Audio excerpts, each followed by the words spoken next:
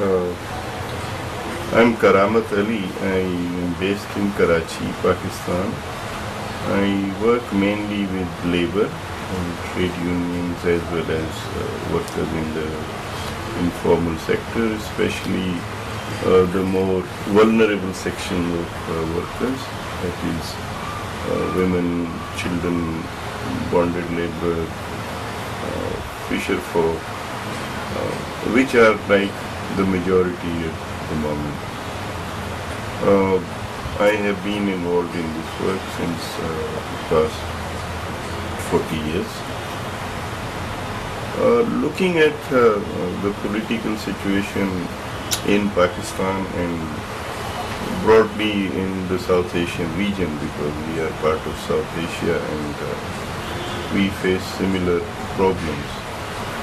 And within that context, the issue of democracy and secularism are the two main issues that we confront both as individual countries as well as the region, and which are also some of the defining elements in terms of the development of democratic, progressive labor movement, as well as an overall development of democracy, citizenship in our countries.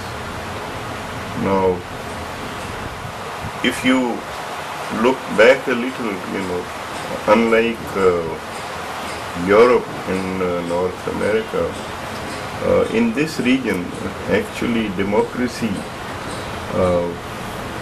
preceded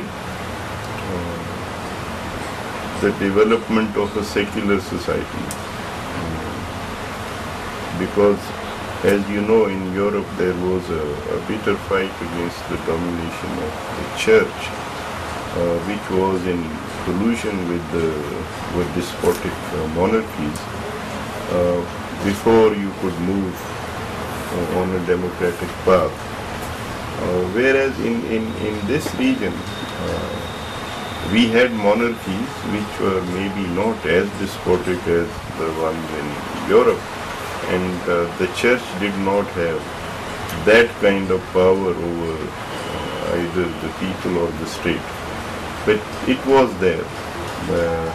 In a way, you can also describe that as a more tolerant and religiously more open society as compared to the European societies. So, but when the British colonialists took over this subcontinent, and in the middle of the 19th century, they started bringing in what was later on to develop a kind of a democratic governance structures, because that monarchy had been abolished once the British took over. And so what happened was that prior to the British takeover, India, which is, the Indian subcontinent, which is almost 90% of what is South Asia, was ruled by a kind of a coalition where the king happened to be belonging to the Muslim faith. They were also people who came from outside to India, mainly from Central Asia or Persia. And they ruled over this vast subcontinent through alliances with the local warlords and chieftains or tribal heads, majority of whom happened to be non-Muslims, or Hindus to be precise, but upper caste Hindus. So they were able to forge alliances amongst themselves, entering into matrimonial alliances as well. So both religions were diluted to a large extent, and they coexisted in a way. So the British took over the state in a figurative way from the Muslim rulers. And so they created alliances both with the Muslims as well as non-Muslim elites. But since the majority of the population in India belongs to faiths other than Islam, in those alliances, maybe they were able to capture a more dominant position. And then in 1871, the British conducted the first ever census in the subcontinent. And there they introduced a column on which religion people belong to. So the first time in the history of the subcontinent, people were counted, but they were counted on the basis of their religious belonging. So we came to know how many Muslims and how many Hindus or other followers of other faiths were residing in the Indian subcontinent. And then they went on to sort of allocate jobs in the state bureaucracy and other areas that were controlled by the state on the basis of, given whatever proportion.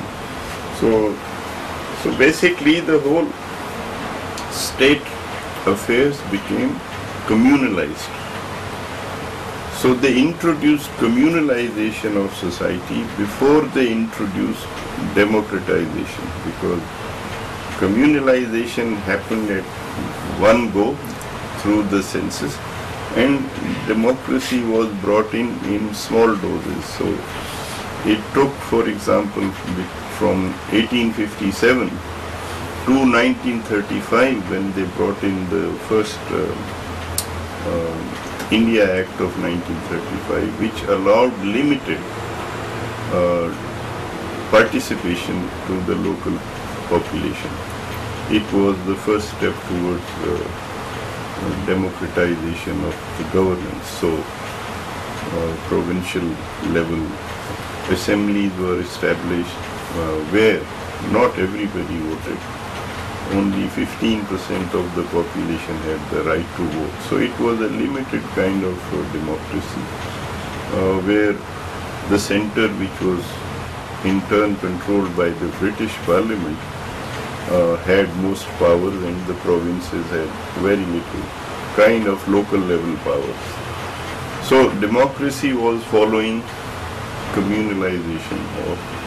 So you had two contradictory developments taking place.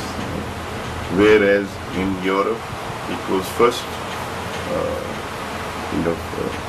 introduction of secularization, which followed then by the introduction of democracy. Of course, it also entailed economic reforms like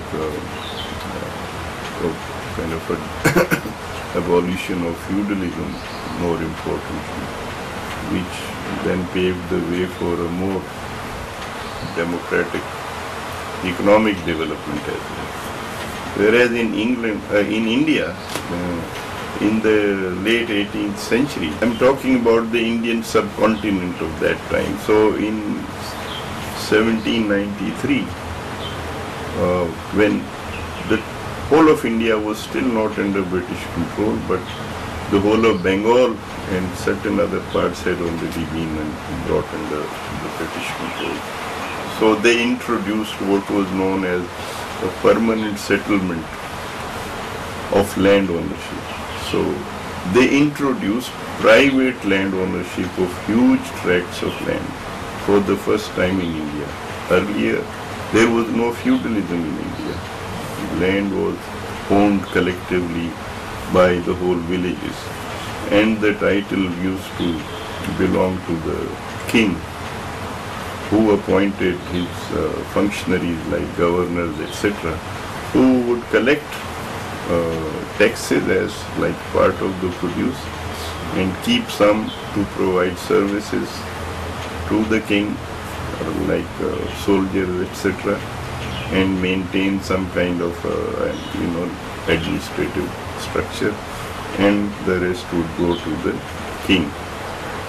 But this governor or whoever did not own the land. Nobody owned the land, it was state-owned.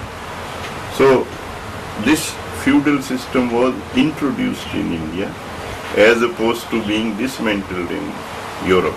So there is another kind of weird kind of development which preceded by almost 100 years the introduction of communalization as well as a process of electoral democracy on a limited scale.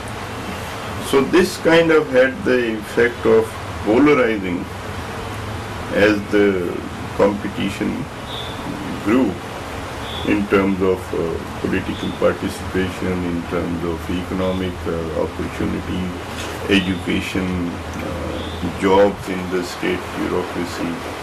So this communalized polarization continued to grow, which eventually led to the formation of political parties around religious lines, and for the partition of India when the British, after 1935 especially, when it became clear that this home rule will gradually extend to full independence, so people started discussing politics in terms of religion, and eventually there was this demand for the partition of India on the basis of Muslim majority areas and the other areas. And this demand obviously came mostly from the minority Muslim areas in North India as well as from the majority Muslim area of Bengal. Because again, this permanent settlement, when it took place in 1793, most of the land titles went to Hindus and the Muslims. So there was this class division which also related to the religious division. So landlords were Hindus but the peasants were Muslims. So there was that tension again which expressed itself in communal terms. So as a result, Bengal was partitioned for the first time in 1905 into East Bengal and West Bengal. East Bengal being the Muslim majority area which is today's Bangladesh, and West Bengal which is part of India. After 6 years this partition was abolished, so Bengal was united again. But people had already, especially the middle class amongst the Muslims, had already seen the benefits of the division, because the peasants also saw some kind of empowerment, because in the Muslim majority East Pakistan, they thought they will have more power vis-a-vis the Hindu landlords. So even though the divide was abolished after 6 years, a Muslim party was created in 1906, which was known as the Muslim League, All India Muslim League. It had its first meeting, it was founded in Dhaka, which was the capital of the newly partitioned East Bengal. So you see how this whole communalization was leading to fragmentation of the Indian society along religious lines.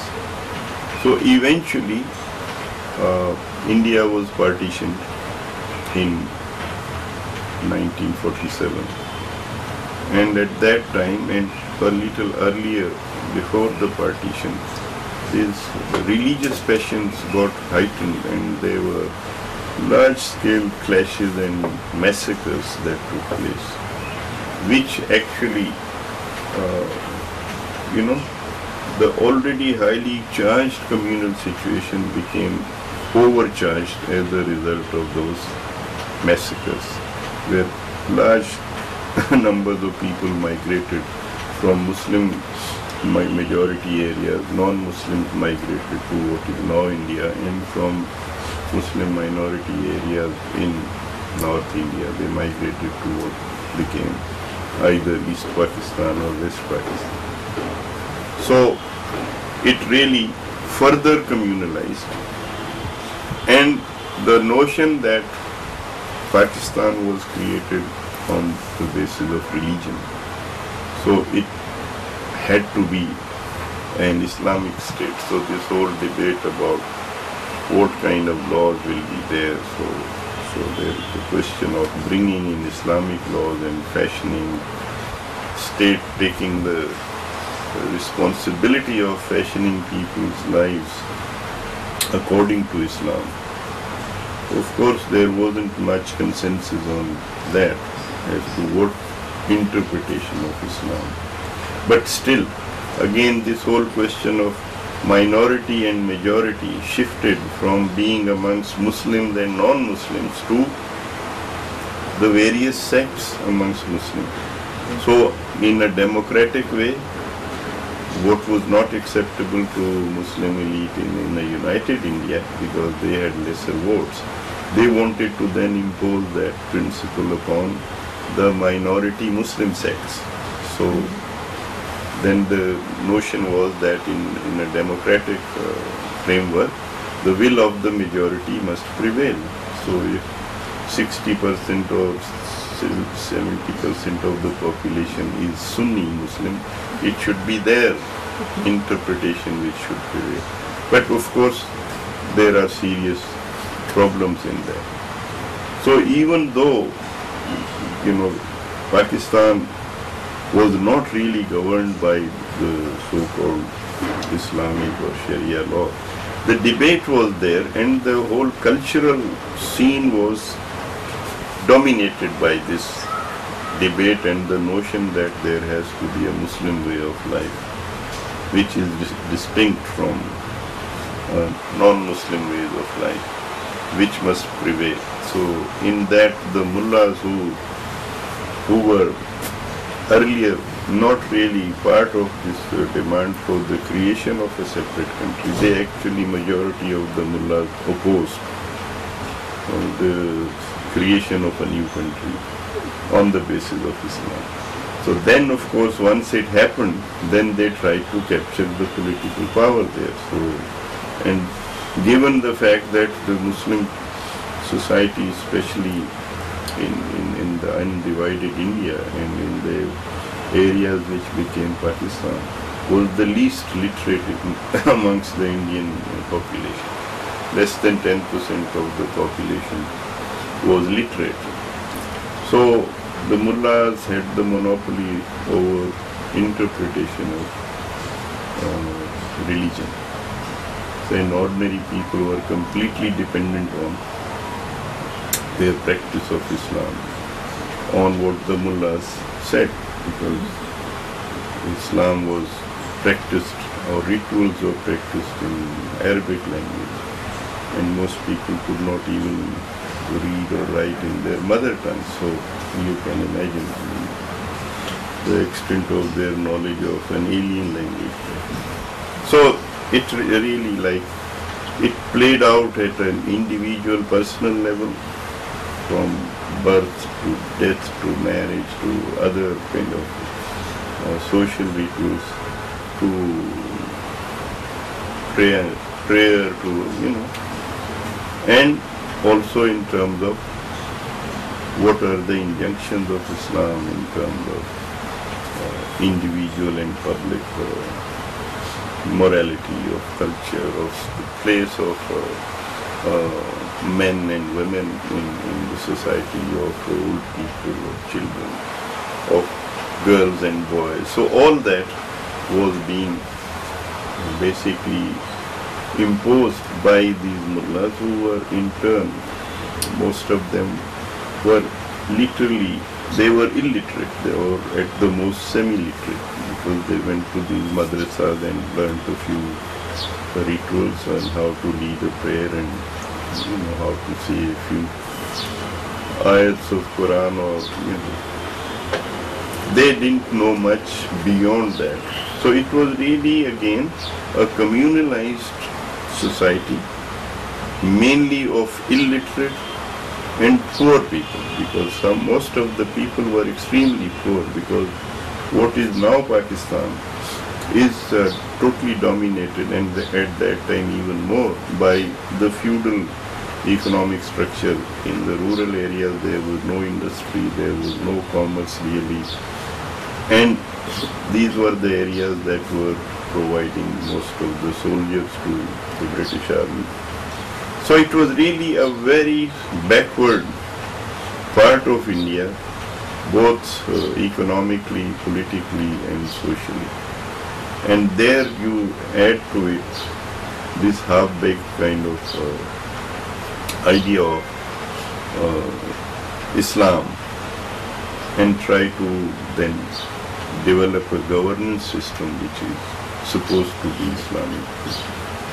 So, but there was no consensus, because once India was partitioned, so the question of Hindu and Muslims was resolved, because obviously now you had the majority areas where Muslims had like 80%, 90% of the population, so nobody was threatened from the Hindu domination.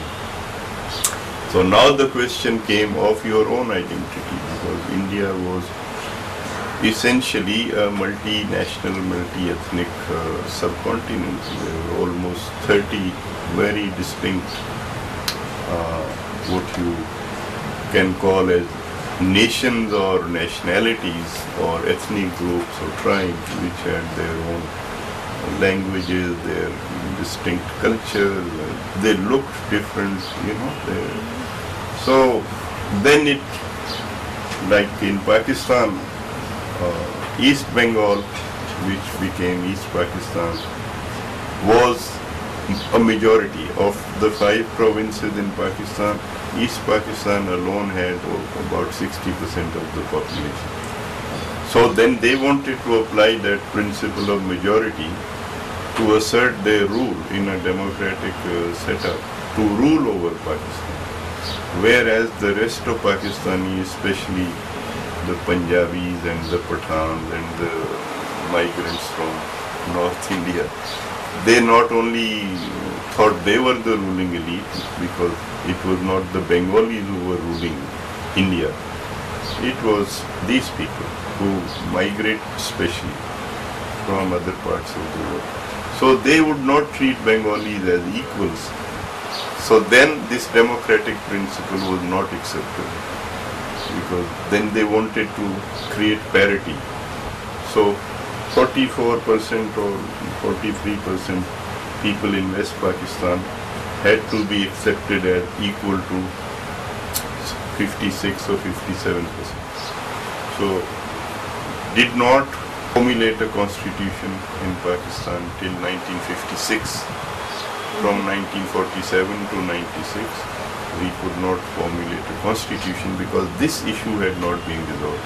So finally we created parity, so which was reversing the democratic principle of one person, one vote.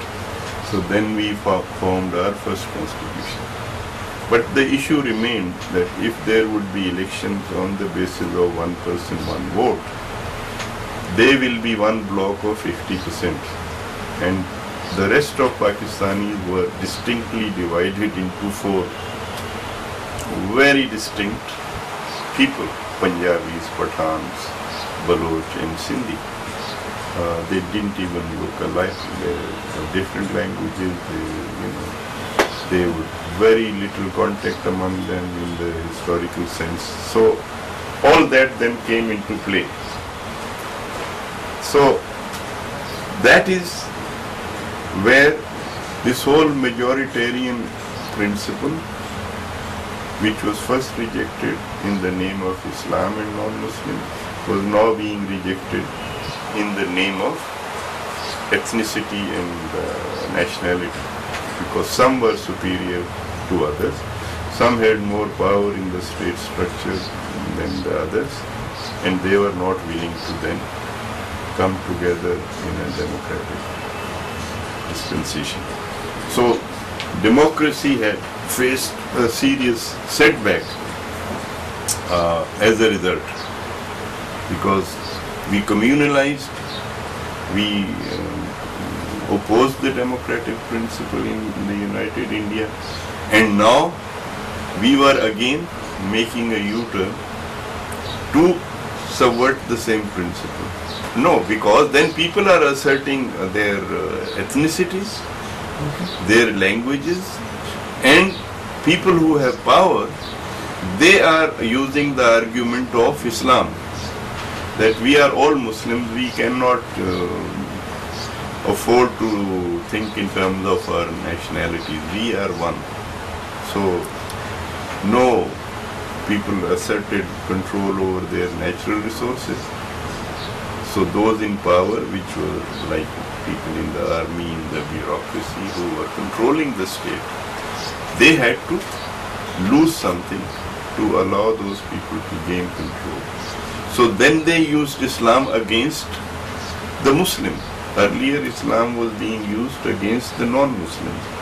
Now it was being used against the Muslims to deny them their other identity, which was a long-term historical identity, in which people were trying to assert to gain social and economic rights. So that is, so this tension between democracy and secularism has been a continuing tension. And then of course the question of economic reforms, because people were also using Islam to protect private property, regardless of how it had come about. So the issue of land reforms became a very big issue. And we all know this landlordism was created by the British. Lands were given to people who collaborated with them. So now they were using the argument of Islam, which protects, according to them, private property. Right? So land reforms were un-Islamic. Then they said, okay, if people in East Pakistan want to undertake land reform, let them do it. So land reform became a provincial subject, not a federal subject. So in West Pakistan, where the real feudalism existed, they will not undertake land reform. And they told the Bengalis, you do if you want. So they had their land reforms in 1951. And in West Pakistan, we didn't. So it created another contradiction, because then the middle class got elected. Eventually, they came and sat in the assemblies. And they were then demanding land reforms all over. They were demanding social reforms.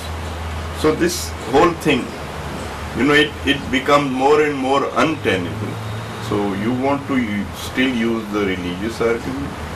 You also want to use the democratic argument. And people want to assert their historical identities. And all three then come into clash with each other. So neither can develop. Secularism gets bogged down. Democracy is not allowed to flourish. And economic reform agenda is pushed back. So that means you don't allow workers to organize. You don't allow universalization of education. You don't allow equality of women, because Islam does not allow that according to them. So women have to be put behind the four walls, because that is the only thing which you can show that you are practicing Islam. Apart from building more and more mosques, this is one area where you can show, yes, we don't allow our women to go out. And this is what Islam is demanding. And some other rituals, and nothing more than that of Islam in essence. And together with this, we see the development in the other South Asian countries. So for example, in Sri Lanka, which was a relatively much more democratic society, even under the British, it was a small island in which people were I think almost 100% literacy was there. They had instituted some kind of social security systems. It was more egalitarian society than any other society. But post-colonial situation, because there were these tensions between the Sinhalas, which were the majority, and they were Buddhist by religion, and the Tamils, who were a minority, and Hindus or Christians by religion. So that tension came out, and the majority Sinhalas declared Sri Lanka to be a Buddhist state and a Sinhala state. Now these two again pushed back whatever democratic and secular progress had been made in Sri Lanka. Similarly, after 71, when Bangladesh was created, it started as a democratic socialist state. And eventually, after Mujibur Rahman was assassinated in 1975, Bangladesh was turned into an Islamic republic. And all the kind of democratic socialist principles were pushed out of the constitution. Of course, they have been restored recently, and there seemed to be a big opposition to that. Last week, I think there was a big demonstration in Bangladesh against equal right to property for women, because as a result of this restoration of Bangladesh's secular democratic character and the ban on use of religion in politics, that's two very important things that have. So there is a new law which says women have equal right to property. So the mullahs are out now to say this is against Quran. Quran does not allow equal right to property for women. So there is this. So Bangladesh has come out of that phase, but of course at the level of the state government, but not at the popular level. So there is this growing tension now, which we have to see how it plays itself out. Then you had Afghanistan, which used to be a secular, it was a monarchy till 1975, but it was a secular country. It was not an Islamic republic or anything. So it became an Islamic republic under the Taliban in 1996. When the Taliban took over, Afghanistan also became an Islamic republic, where the mullahs of different hues, they tried to impose what they thought was the Sharia, which became really worse under Taliban between 96 to 2001. But even now, it remains the Islamic Republic of Afghanistan. So you have three countries who were neighbors, because in 1979 then there was the revolution in Iran. So Iran also became the Islamic Republic, which it was again a monarchy, but not a religious based monarchy. So now you have Pakistan, Afghanistan and Iran, three neighboring countries which are Islamic republics. But then there is a contradiction, because Pakistan is a majority Sunni country, Iran is a majority Shia country, and Afghanistan is a mix, but again majority Sunni, or now there are sections of Wahhabis and the Saudi influence. So you have this triangle where then the Shia-Sunni conflict becomes a major issue. So further exacerbation of the religious or sectarian sentiments, which again is counter to both the development of democratic values as well as of secular values, and pushes back again, more importantly, the women in the society, because each sect then tries to impose its own perceived values or interpretations of Sharia over its own followers, and then of course women become the worst hit, because that is the easiest to impose in the household. And then we also see this interesting development in South Asia, where the only declared Hindu state of Nepal existed till about 2006. It was the only, because India is not a Hindu state. India is a secular state according to India's constitution. Although it is a majority Hindu country by population, but it's not a Hindu state.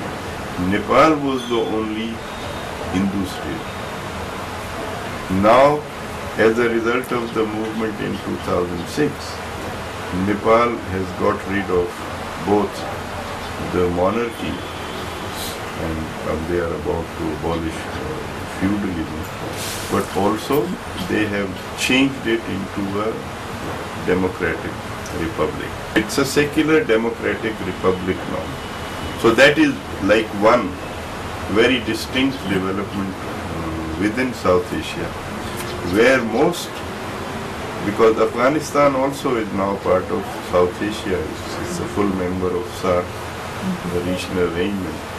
So we have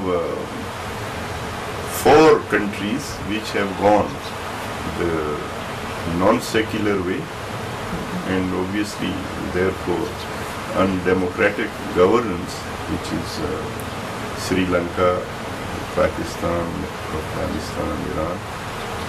And you have 2 countries where you have a different kind of development, which is Nepal and Bangladesh.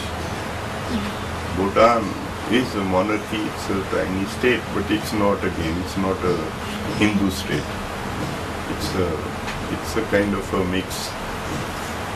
But within India, secularism has been eroded to a large extent, not in an official sense, because the constitution remains a secular one. It's a secular, democratic, and even socialist state as per the constitution. So of course that socialism has been thrown out, but religion has, or communalism has gained a lot as a result of the growth of communalism, religious fanaticism in other parts of South Asia, especially Pakistan and Afghanistan. And because India and Pakistan still have these unresolved disputes, mainly on territory, Kashmir, Siachen, Sirkri, etc. So that has, led to the flourishing of, say, militarism, which again uses religion or communalism as the cementing ideology or the supportive ideology in both countries, because armies and the armed groups within the civil society as well, they use religion or nationalism, which is again kind of intertwined with religion itself. So that is another development, which is India, which is 80% of South Asia, has gradually lost in terms of secular development. And with the growing militarization, all these forces, political forces which use religion to promote their politics, have also got strengthened. And now we see very direct links between them. So we see in the Pakistani establishment, the military and the intelligence agencies supporting these jihadi groups to use against India as well as against people who oppose the regimes in Pakistan, and to strengthen their argument that the Pakistani army is the army of Islam, and therefore it has the right to continue to grow, and nobody should question what resources they get to themselves. Nobody should challenge their privileges or challenge even the rationale for this kind of militarism. And similarly in India, it's on that basis only, because they have, these two countries are declared enemies of each other, India and Pakistan. And then of course that enmity somehow boils down to the enmity between one religion and the other religion, where people could not coexist, and they in the end had to partition the motherland or whatever fatherland you want to call. So that, with the result that at this moment India and Pakistan, and to some extent some smaller country in South Asian region, they as a region are the largest buyers of arms in the world today. And of course it's a logic, and India and Pakistan get nuclearized as well. So one nuclear arsenal is known as the Islamic. Pakistan is the only Islamic country in the world which has nuclear weapons. So they get some kind of sanctity about it. Similarly, India is the only country, non-Christian, non-Muslim country, which has nuclear weapons. So again, there is some kind of, and while 80 to 90% of their population live under poverty, disease and illiteracy, they try to present themselves as advanced country who have this kind of high level of science and technology available to them. And so this is the continuing kind of dynamic in the states in South Asia, where there is a very active armed race going, which means the military and the bureaucracy. Of course, they have, apart from power and control, they get immediate economic benefits of commissions and things. 10 to 15% commissions are normal on all military expenditures. And if you imagine, they're saying about $40 billion is being spent every year on military. So even if the commission is 10%, it comes to $4 billion. And there won't be more than 200 people who make decisions about it. And that 10% then gets distributed among a very small number of people at the top. So they will not like to give up that. And therefore this race will continue, and therefore this use of religion in politics and in promoting militarization will continue. And they will also continue to encourage their respective terrorists, for example, because they are also convenient tools to be used whenever they want to escalate the tensions. So in that sense, at least in the near future, the prospects for democracy and secularism taking roots in this region are quite dim. I mean, of course, it depends on how the ordinary people in this region, whether they are able to come together and challenge all this. That can happen, if it happens, it can happen very fast. But without that, right now, it seems this notion of nationalism, this kind of increasing recourse to your religious identity, because it is also linked to the kind of increasing alienation, increasing social, economic and political problems that ordinary people face. So religion provides one kind of an outlet from that misery, I mean, people are taking, for example, also the other course where thousands of people are committing suicide every year in all these countries. But I think not everybody has the courage to do that. So there is more and more recourse to religion.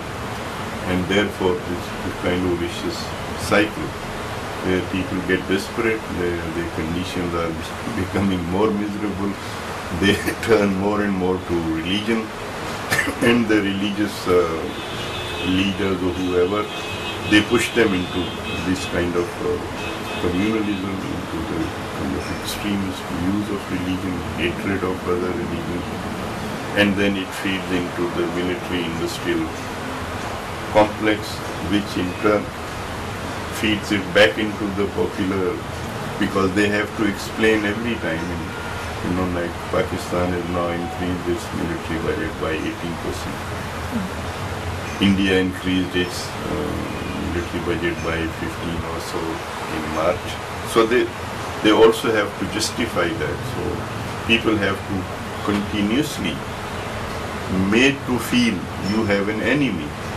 And that enemy also happens to be belonging to another faith, which is out to take control of your faith. So it's not just personal, it's another dimension where people can starve themselves but may be willing to fight to preserve their faith. So this is the kind of situation here. Well, you see, there are a number of political groups also that talk about secularism because they are competing with the other political parties who want to conduct politics on the basis of religion, and mostly because they are mullahs themselves, and they claim monopoly over not only religious knowledge but also religious practice, and they demand people to vote for them because they are the ones who can lead them on the correct path.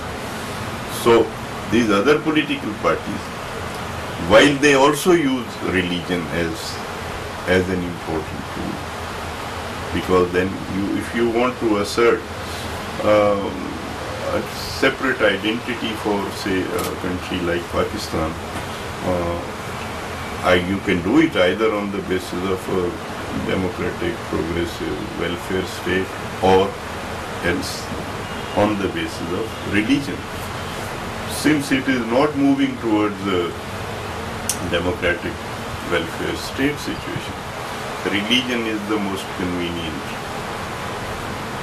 kind of basis for its identity. So all political parties use that, and use that vis-a-vis India because you separated from India. So you use religion, right? But at the same time, you want a secular vote because you want to neutralize those who claim to be custodians of religion. So there is that tension. So there are all these People's Party, Muslim League, etc., who are caught up with this dilemma. But they do talk about secularism to the extent that people should vote on issues and not on the basis of faith. But the country has to be kept not on the basis of reform and universalization of rights, etc., but on the basis of religion. So they keep kind of vacillating between these positions. Then you have the various groups within the society who are directly hit by the adverse effects of religion in social terms, in political terms. So you have women who are the permanent kind of targets of anything that is religious. You have the minorities, religious minorities, whose faiths are seen as inferior, or they are forced into conforming to the norms which don't necessarily belong to their faith. They are made to feel like second-class citizens, so they are the ones. Then you have sections of youth who are exposed to some kind of a universal humanitarian kind of notion of life. They are exposed to first-hand knowledge about other societies, about fundamental rights, about a kind of a life of dignity and things which they can see with the kind of information technology available to almost everybody. So they are the ones who are also against. They may be believers, but they don't like this kind of imposition. Then within the context of Pakistan, there are like religious minorities, but there are smaller nationalities who want to assert their own culture and their rights over natural resources, which are denied in the name of religion. So you can't be Sindhi, you are a Muslim. You cannot be telling us you are a Sindhi and Sindhis have rights, or the Baloch have rights separate from their rights as being Muslims. So we are all Muslims, so we all share, regardless of who decides. So they are also, in their own interest, they are opposed to political use of religion. So if you look at it, then of course amongst the working people, religion is used a lot to deny basic labor rights, for example. There is a lot of debate always that the trade union activity is Islamic. It's an individual contract between the employer and the employee. That is how it used to be 1400 years ago. So there were no trade unions during the life of the Prophet. So how can you have trade unions now? These are Western constructs, and they are even worse because Marx was a Jew, and so Jews were always against Islam. So you can stretch that to whatever point you wish to. So some people feel communism was actually invented to oppose Islam. And that is why when India was partitioned, so the Prime Minister of England at that time, who was from the Labour Party, he made a statement saying, we have blocked the advance of communism in this part of the world forever, because Muslims will never accept communist domination. So it's like, so they use, like if you go to any factory in Pakistan, you will find Quranic verses written all over. Every factory will immediately build a mosque in its premises, so people are encouraged to go, and then the mullahs, they are giving them their half-baked understanding of rights in Islam. So it's very actively used against any coming together on the class basis, because it's both ethnicity challenges any religious homogenization. Similarly, class challenges the same, because the immediate kind of understanding of exploitation comes when people are in an employer-employee relationship. And there, you cannot tell people you are equals, you are not. You cannot tell people nobody is exploiting you, because you are. So the only way you can minimize people's ability to challenge you in the name of you belonging to the same faith. And anything that divides people of the same faith is anti-Islamic. So that is used in a systematic way. There is a debate going right now. People are raising this issue that you have to separate religion and the state, especially in the wake of this current upsurge in the incidents of cases under blasphemy law. There is a debate about, whether the state should legislate on Islamic or religious lines, or should this be just a personal matter. So there is a debate, and people are challenging the fact that, and these laws were not really coming out of Quran. These were made by the British. Actually, this blasphemy law had no history of being in place in any Muslim society. These laws were first enacted here in 1876 or something. And at that time it was like you couldn't say anything against the king or the queen. And then they gradually added, so you can't say anything against the prophets also. Or it didn't even mention the prophet, it basically said anything to hurt religious sentiments. But they started with the king and the queen because they wanted to put down any revolt or any sort of ideas of revolt amongst individual subjects in India. So we continued with that, and then Ziaul Haq kind of added something to it, making them more sort of Islam and Quran specific. Otherwise they were meant for all faiths. So these were not Islamic laws in any case.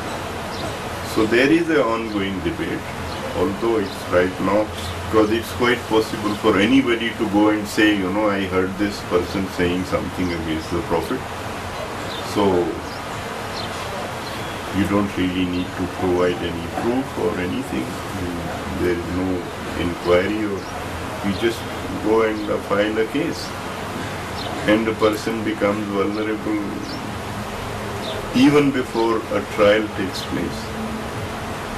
Because then you have the mullahs who are telling people in the mosque, this is the easiest and fastest way of going to heaven.